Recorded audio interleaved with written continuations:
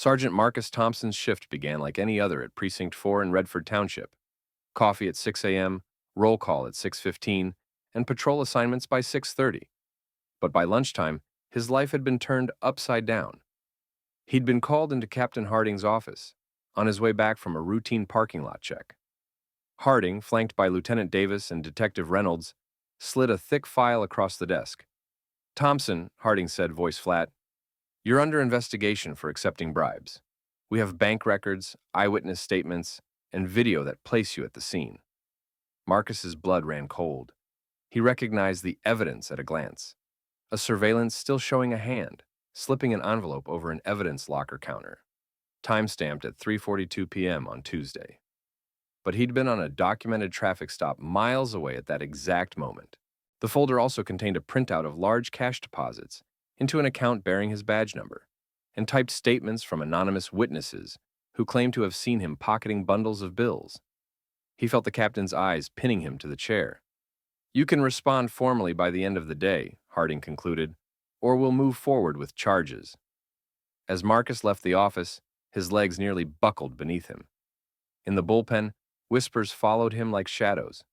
"Dirty cop." Sergeant Thompson took a fall. Guess size matters in police work after all. Even his closest colleagues avoided his gaze. Every step back to his locker echoed with the irony that the man who'd spent 20 years defending others' innocence was now presumed guilty.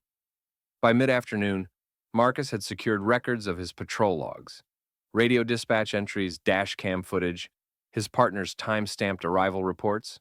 He pored over them and marked the exact overlap with the bribe timestamp. 3:40 to 4:15 p.m., a confirmed traffic stop at 38th and Woodward. He photocopied bank statements proving no deposits matched the fraudulent account, and he drafted a terse email to Internal Affairs, demanding full access to the surveillance master files. Yet by evening, his department email was disabled, his patrol car reassigned. A formal suspension letter sat on his door. Suspended without pay, pending investigation. The precinct's front doors closed behind him, the lock clicking like a final verdict. That night, Marcus sat at his kitchen table, surrounded by evidence he'd gathered. Printed dispatch logs, financial statements, and a black and white still of the broken evidence room pin. His phone buzzed with a single text from his partner, Lee Harper. "I know they set you up. Meet me tomorrow. We'll sort this." As he stared at the fragments of proof scattering his table, each a lifeline to the truth, Marcus felt a familiar flame ignite inside him. They had framed him, cloaking corruption in his reputation, but he would not be silenced. In the quiet hum of the street lamp outside, he vowed. By first light, he would begin the fight to clear his name and expose the rot at the heart of Precinct 4. The dawn fog still clung to the precinct's parking lot when Marcus convened a clandestine meeting with Patrolman Lee Harper behind the unmarked squad car. Lee slid into the passenger seat, eyes grim. "They've frozen your email and reassigned your car," he whispered, voice tight with anger. "But I pulled your logs, DSP dispatch, dash cam, and partner radio. It all checks out." Marcus exhaled, pressing his palm against the cold steering wheel. "Harding's got this buried in Iowa. They'll find anything to keep me suspended." He tapped the file Lee had handed him, photocopies of time-stamped call for service reports and dash cam stills showing Marcus during the supposed bribe window. "We need more than alibis. We need to prove someone planted evidence."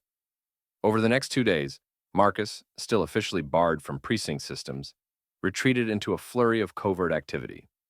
He pored over personnel schedules and CCTV maps, pinpointing every access point to the evidence room camera and internal affairs records. He noted that Captain Harding's badge swipe at 12:02 a.m. for past weeks aligned perfectly with the phantom returns in the register, a detail no one else had flagged. That evening, he slipped into the station after dinner with forged contractor credentials and Lee's silent escort. Wearing a dark hoodie and latex gloves, he navigated the back corridors by memory, disabling the motion sensor on a service door with a strip of electrician's tape. Inside the evidence monitoring room, he extracted the hard drive from the DVR and replaced it with a dummy. His hands trembled as he sealed the drive in an anti-static bag. It was the first piece of the puzzle he needed. Back home, Marcus enlisted Detective Rosa Solano, an internal affairs veteran who owed him a favor, for her digital forensics expertise. In her basement lab, she imaged the drive and uncovered a 15-second gap exactly at 3:42 p.m. each night for the past month. File timestamps showed the DVR rebooted under Harding's credentials, erasing the critical frames. Armed with this smoking gun footage and Lee's corroborating logs, Marcus drafted a blistering complaint to the State Civilian Oversight Board. He attached sworn affidavits from Lee and Rosa, meticulously documenting each anomaly. As he pressed send, his phone vibrated. A secure message from an anonymous informant. Check bank server logs. Someone created that bribe account on precinct hardware. Marcus stared at the screen, heart pounding. The shadows behind his badge were deeper than he'd imagined. But now, he had the evidence to drag them into the light. And he was ready to expose every corrupt layer until his name, and the precinct itself, was redeemed. The next morning, Marcus Thompson strode into Captain Harding's office with unflinching purpose, the evidence drive and forensic reports clutched in his gloved hand. Harding looked up from his paperwork, surprise flickering across his stern features, before he masked it with a curt nod. Lieutenant Davis and Detective Reynolds lounged in the corners, their arms folded, eyes wary. "Captain," Marcus began, placing the anti-static bag on the desk, "I believe you've been provided with doctored evidence. This DVR drive," he slid the bag forward, "shows a deliberate 15-second wipe at 3:42 p.m. each night, logged to your badge, and cell tower logs tie that moment to your patrol unit, not mine." He tapped the drive's label for emphasis. Harding's jaw tightened. "Sergeant, you're accusing me of tampering with IA files?" His voice was low but deadly. "Yes," Marcus replied evenly, "and I have my colleagues Lee Harper's dispatch logs confirming my exact location, plus Detective Solano's forensic analysis. I demand an immediate reinvestigation by an outside agency." Silence crackled in the cramped office. Lieutenant Davis scoffed, but Detective Reynolds shifted uncomfortably. Harding stared at Marcus, measuring him. Finally, he exhaled, lean fingers drumming the desktop. "If we reopen this, it implicates the entire command chain. Are you prepared to face the consequences?" "I am," Marcus said, voice steady as steel. "My integrity, and the public's trust, depends on it." Harding seized the drive. "Fine. I'll bring in County IA. But know this, Thompson. If your proof fails, you'll be the one charged with obstruction." As Marcus left the office, the precinct corridors felt charged. Whispers followed him. Some offered supportive nods, others venomous glares. In the break room, junior officers exchanged rapid glances, caught between loyalty to their captain and admiration for Marcus's courage. That afternoon, outside the station, a phalanx of county investigators in plain clothes arrived. Badge-wielding outsiders who set up shop in Harding's trailer. Marcus met them with his full dossier: bank server logs, video timestamps, sworn affidavits. Across from him, Harding stared through the trailer window, face grim. Later, as Marcus walked home beneath the street lamps, he felt the weight of every eye in that precinct upon him. The fight had escalated from a personal fight for exoneration to a full-blown reckoning of corruption at the top. Yet as he glanced at the drive tucked safely in his coat, he felt no fear, only resolve. The shadows behind the badge were being dragged into daylight, and nothing would stop the truth now. By the end of the week, Marcus Thompson realized that an internal inquiry, no matter how impartial, would be shackled by departmental politics. He needed a forum where the evidence could speak unfiltered. At dawn on Saturday, he met Detective Rosa Solano in a dimly lit diner near the precinct. Over strong coffee, Rosa reviewed the 15-second DVR gap, the bank server timestamps, and the CAD logs Lee Harper had provided. "Your case is airtight," Rosa said, stirring her cup, "but you need a spotlight." She slid a business card across the checkered tablecloth. Jamal Wright, civil rights attorney. That afternoon, Marcus called Jamal Wright and arranged an emergency consultation. Wright's downtown office smelled of old leather and law books. He leaned forward, eyes sharp behind wire-rimmed glasses. The evidence tampering, the falsified deposits, they're crimes under state law, he said. We'll file a public complaint with the Wayne County DA and hold a press conference Monday morning. You'll need a statement and witnesses. Over the weekend, Marcus and his allies prepared. Lee Harper drafted an affidavit of alibi. Rosa Solano certified her forensic report. Even two junior officers, emboldened by the evidence, agreed to testify anonymously about suspicious late-night vault access they'd overheard. Marcus printed dozens of copies of the key documents and rehearsed a concise, forceful statement. He would demand a special prosecutor and call for the removal of any officer under suspicion. On Monday before sunrise, James Wright herded Marcus, Lee, and Rosa into a rented conference room mere blocks from the precinct. Television crews still yawned as they set up tripods. Reporters checked their phones for corroboration. At precisely 8 a.m., Wright took the podium first, outlining the tampering, the pattern of erasures under Captain Harding's badge, and the fabricated bribe account created on precinct hardware. When it was Marcus's turn, he stepped forward in uniform, shirt crisp, badge polished, voice steady despite the camera's glare. My name is Sergeant Marcus Thompson. I have served this community with honor for 20 years. Last week, I was framed by those sworn to protect the public. Today, I demand justice, not only for myself, but for every citizen whose trust has been betrayed. I call upon the Wayne County District Attorney to appoint a special prosecutor to examine the unedited footage, the server logs, and the IA archives, and to restore integrity to Precinct 4. His words echoed through the room. Cameras flashed and reporters scribbled furiously. Outside, a small crowd had gathered. Community activists, clergy, even a handful of uniformed officers standing at a respectful distance. Marcus's statement was raw with righteous anger, yet controlled by his unwavering professionalism. Within hours, the story was on every local news broadcast and front page. Sergeant exposes $5 million scheme, DA launches special inquiry, blared the headlines. Community leaders held an impromptu rally in front of the precinct, signs reading, "Trust but verify," and "Protect our protectors."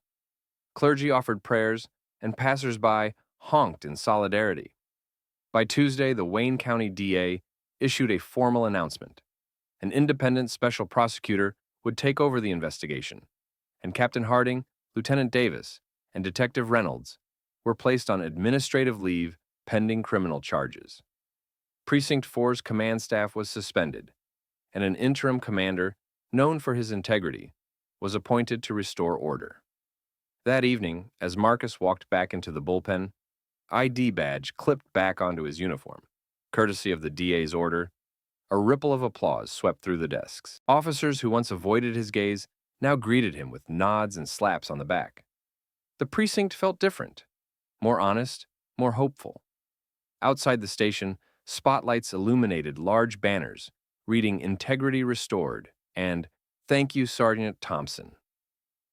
Standing in the glow of that impromptu celebration, Marcus realized the fight had shifted, from clearing his name to rebuilding trust between the police and the community. Yet, with each supporter's cheer, he felt the weight of his responsibility grow, and he knew that true justice was not merely exposing corruption, but ensuring the promise of fair, transparent policing for years to come. By mid-morning Monday, the precinct buzzed like a hive, whose queen had been dethroned. Mounted patrol officers exchanged hushed rumors. Dispatchers whispered of sealed indictments. Even the coffee smelled of tension. Word had spread. The Wayne County Special Prosecutor had issued subpoenas for Captain Harding, Lieutenant Davis, and Detective Reynolds. Their homes and offices were under court order for search and seizure at dawn. Marcus Thompson arrived early, watching through the station's front windows as unmarked black SUVs glided up and agents in plain clothes unloaded boxes of files and laptops. With every box carried inside, Harding's empire of silence crumbled. In the bullpen, sergeants no longer ducked Marcus's eyes. Instead, they approached him with questions, gratitude, and quiet apologies for their earlier skepticism. Meanwhile, in a packed courtroom across town, the special prosecutor laid out the case with ruthless clarity. Evidence room DVR logs, showing 15-second blackouts under Harding's badge, bank server metadata confirming the bribe account was created on precinct hardware, and witness testimony from Lee Harper and Detective Solano on the timing of the fabricated returns. Each exhibit landed like a hammer blow. When Harding's defense attorney attempted to dismiss the DVR gaps as routine maintenance, the prosecutor produced log entries from IT showing no scheduled service at those times, and cell tower pings placing Harding's own phone at the station, quashing any claim of inadvertent system errors. The judge's gavel tapped once for each new revelation, the courtroom air heavy with the sense of a long-buried truth at last surfacing. Back at Precinct 4, Acting Commander Elena Cruz moved decisively. She ordered a full audit of every overnight transaction for the past year, invited civilian observers into the evidence room, and reactivated community liaison meetings that had languished under Harding's watch. Neighborhood leaders, once wary, now streamed into the precinct for the first open-door forum in months, clamoring for transparency, accountability, and justice. That evening, as the search warrant boxes were wheeled out of Harding's office, sparks of hope flickered through the station. Marcus stood near the doorway, badge polished and posture proud, watching the final vestiges of corruption carried away. He had set out to clear his own name, but the scandal had grown into a purge, removing rotten pillars and leaving behind a foundation renewed by truth. And as the precinct doors locked for the night, Marcus felt the hard truth settle in his bones. The fight for integrity was far from over, but tonight, victory tasted like the first clean breath after a long, suffocating storm. The morning after the judge unsealed the indictments, Precinct 4's front doors swung open to an eerie calm. No clatter of keyboards, no shuffle of boots, just the distant hum of radios on the front lawn. Marcus Thompson arrived early, badge in place, only to find the lieutenant's lockers emptied and Captain Harding's office sealed with evidence tape. A temporary chain of command, led by Acting Commander Elena Cruz, had already begun sweeping reforms, locked down access to internal affairs files, daily public log postings, and mandatory body camera uploads within 24 hours. In the bullpen, computers that once held encrypted sensitive folders now displayed spreadsheets of overnight transactions. No more phantom returns, no more off-the-books deposits. Dispatchers, once wary of Marcus's presence, now approached him with relief etched on their faces. "Feels like the sun finally rose," one whispered. Marcus gave a small nod, absorbing the shift from suspicion to solidarity. Across town, County Hall's press conference drew a throng of reporters. The special prosecutor detailed the charges, evidence tampering, misconduct in office, fraud, and announced that Harding and his co-conspirators would face trial. When asked about the whistleblower, she paused, then praised the bravery of Sergeant Marcus Thompson in exposing a $5 million embezzlement scheme that corroded public trust. Cameras snapped as Marcus stood in the back row, flanked by Lee Harper and Detective Solano, their nods sealing the moment as a turning point. Back at Precinct 4, Elena Cruz convened a crisis response team. Community leaders, clergy, union reps, and senior officers, Marcus among them. In the cramped briefing room, they drafted the Precinct 4 renewal plan. Marcus led the chapter on whistleblower protections, insisting on an anonymous reporting hotline staffed by an independent nonprofit. He also championed quarterly integrity audits of all financial and evidence room transactions to be published online. The plan's final pages called for a civilian oversight board with subpoena power, a radical step that would ensure no future cover-ups. As word of the reform spread, neighborhood groups organized beers and briefings in the station's rec room, informal gatherings where officers and residents hashed out lingering concerns. One Thursday, a dozen pastors and youth mentors filed in, greeted by Marcus and Lee. They praised the new transparency, but pressed for cultural competency training. Within hours, Marcus coordinated with the County Training Academy to design a heart and badge workshop on implicit bias, de-escalation, and community partnership. Underneath it all, the precinct began to heal. Patrol cars, once symbols of fear, now bore window placards reading, "Proudly serving with integrity." Crime stats dashboards updated in real time on a public kiosk in the lobby, and a small corner bulletin board displayed laminated letters from grateful citizens, neighbors whose trust had been broken, then painstakingly rebuilt. By month's end, the precinct roster looked different. Several holdover officers dismissed for misconduct were replaced by recruits vetted under the new oversight protocols. Women, people of color, and veterans drawn by the promise of accountability. And at the top of the new hierarchy, Marcus Thompson was tapped as interim deputy commander, charged with shepherding the department through its critical months of transition. On his first day in the new office, a corner suite overlooking the station's flagpole, Marcus placed a framed copy of the precinct motto on his desk: honor, duty, transparency. Below it, he set the evidence drive that had started it all, a silent reminder that real power lay in the courage to speak truth to authority. As he looked out at the morning lineup, officers standing straighter, community volunteers gathering for a station tour, Marcus realized that by ousting the corrupt command, they had not only cleansed a precinct but set a precedent, that no badge was above the law, and no voice would be silenced when justice demanded to be heard. 6 months after the indictments, Precinct 4 stood transformed. Morning roll call was no longer a tense ritual, but a disciplined affirmation of the renewed mission: honor, duty, transparency. Marcus Thompson, now officially reinstated and promoted to interim deputy commander, stepped onto the precinct's polished parade ground for the first time in his crisp dress uniform. He caught sight of Captain Elena Cruz, flanked by community liaisons and civilian oversight board members, all gathered beneath a banner reading, "Integrity Restored." At precisely 9 a.m., the station doors swung open to reveal a line of eager recruits, women and men of every background, standing at attention. Marcus's heart swelled as he strode to the front, badge gleaming. Today's ceremony would mark another milestone: the formal appointment of a permanent precinct commander, and the announcement he had quietly lobbied for. The county sheriff himself presided over the brief ceremony in the bullpen. He spoke of Marcus's extraordinary journey, framed on false charges, the whistleblower who risked everything, and the architect of sweeping reforms that had become a national model. When he finished, the sheriff invited Marcus forward. At that moment, the room held its collective breath. With steady hands, Marcus accepted the captain's insignia, 2 gold bars on each shoulder, and affixed them to his uniform. As he did, the assembled officers erupted in genuine applause. Even those who had once doubted him now shouted his name, their respect unfeigned. In that spontaneous ovation, Marcus felt the full circle of his ordeal, from accused scapegoat to the highest rank in the precinct he loved.